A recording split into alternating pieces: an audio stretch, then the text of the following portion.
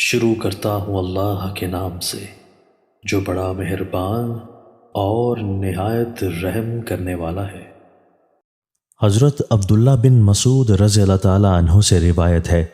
کہ میں نے رسول اللہ صلی اللہ علیہ وآلہ وسلم سے دریافت کیا کہ دینی اعمال میں سے کون سا عمل اللہ تعالیٰ کو سب سے زیادہ محبوب ہے۔ آپ صلی اللہ علیہ وآلہ وسلم نے فرمایا، ٹھیک وقت پر نماز پڑھنا۔ پھر میں نے عرض کیا کہ اس کے بعد کون سا عمل زیادہ محبوب ہے؟ آپ صلی اللہ علیہ وآلہ وسلم نے فرمایا، ماں باپ کی خدمت کرنا۔ میں نے عرض کیا کہ اس کے بعد کون سا عمل زیادہ محبوب ہے؟ آپ صلی اللہ علیہ وآلہ وسلم نے فرمایا، راہ خدا میں جہاد کرنا۔ 5 نمازیں اللہ تعالیٰ نے فرض کی ہیں، جس نے ان کے لیے اچھی طرح وضو کیا اور ٹھیک وقت پر ان کو پڑھا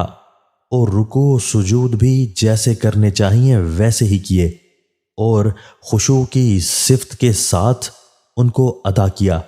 تو ایسے شخص کے لیے اللہ تعالیٰ کا پکا وعدہ ہے کہ وہ اس کو بخش دے گا، اور جس نے ایسا نہیں کیا اور نماز کے بارے میں اس نے کوتاہی کی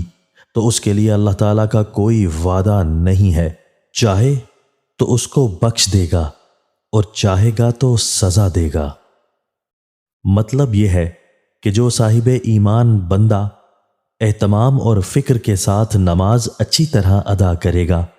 تو اولاً تو وہ خود ہی گناہوں سے پرہیز کرنے والا ہوگا، اور اگر شیطان یا نفس کے فریب سے کبھی اس سے گناہ سرزد ہوں گے تو نماز کی برکت سے اس کو توبہ و استغفار کی توفیق ملتی رہے گی، جیسا کہ عام تجربہ اور مشاہدہ بھی ہے۔ اور اس سب کے علاوہ نماز اس کے لیے کفارہ سیئات بھی بنتی رہے گی،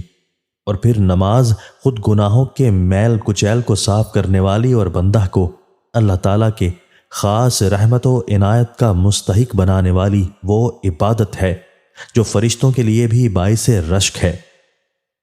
اس لیے جو بندے نماز کے شرائط و آداب کا پورا اہتمام کرتے ہوئے خشوع کے ساتھ نماز ادا کرنے کے عادی ہوں گے، ان کی مغفرت بالکل یقینی ہے، اور جو لوگ دعوی اسلام کے باوجود نماز کے بارے میں کوتاہی کریں گے، ان کے حالات کے مطابق اللہ تعالیٰ جو فیصلہ چاہے گا کرے گا، چاہے ان کو سزا دے یا اپنی رحمت سے معاف فرما دے اور بخش دے۔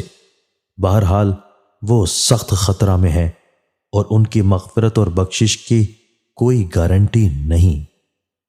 دوستو، اللہ تعالیٰ ہمیں ان احادیث مبارکہ پر عمل کرنے اور اپنی زندگیوں کو سنوارنے کی توفیق عطا فرمائے۔